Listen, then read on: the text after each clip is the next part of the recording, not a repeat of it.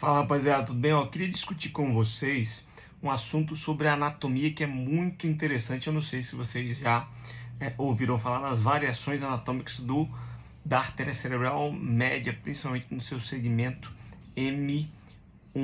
Então aqui eu vou falar sobre dois assuntos que são muito interessantes. O primeiro deles é sobre a artéria cerebral média acessória e o outro é a artéria cerebral média duplicada. Isso dá muita confusão e é algo que não é tão raro e você vai poder ver nas angiografias, nas angiorressonâncias e nas angiotomografias também.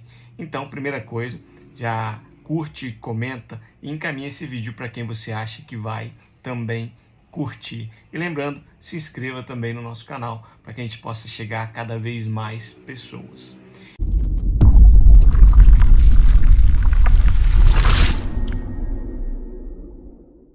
Então vamos lá, primeira coisa importante, você precisa entender que há variações anatômicas na artéria cerebral média. É por isso que às vezes é difícil a gente falar o que é o segmento M1 da artéria cerebral média, a bifurcação precoce, a trifurcação, mas eu não vou falar muito sobre isso nesse vídeo. Eu quero falar com vocês sobre a artéria cerebral média acessória e a artéria cerebral média duplicada.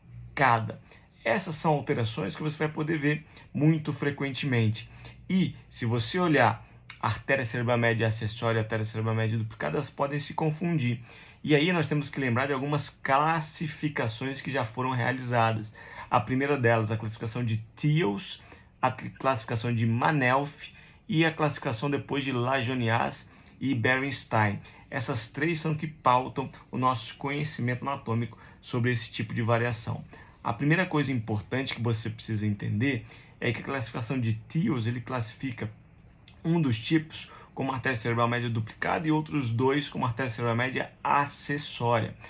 Se a gente for olhar a definição, ele vai sempre classificar como artéria cerebral média duplicada aquela que se origina da artéria carótida interna e a artéria cerebral média acessória aquela que se origina da artéria cerebral anterior no seu segmento A1.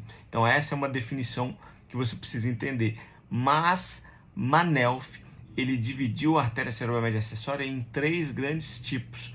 O primeiro deles, aquele que se origina da artéria carótida interna na sua bifurcação.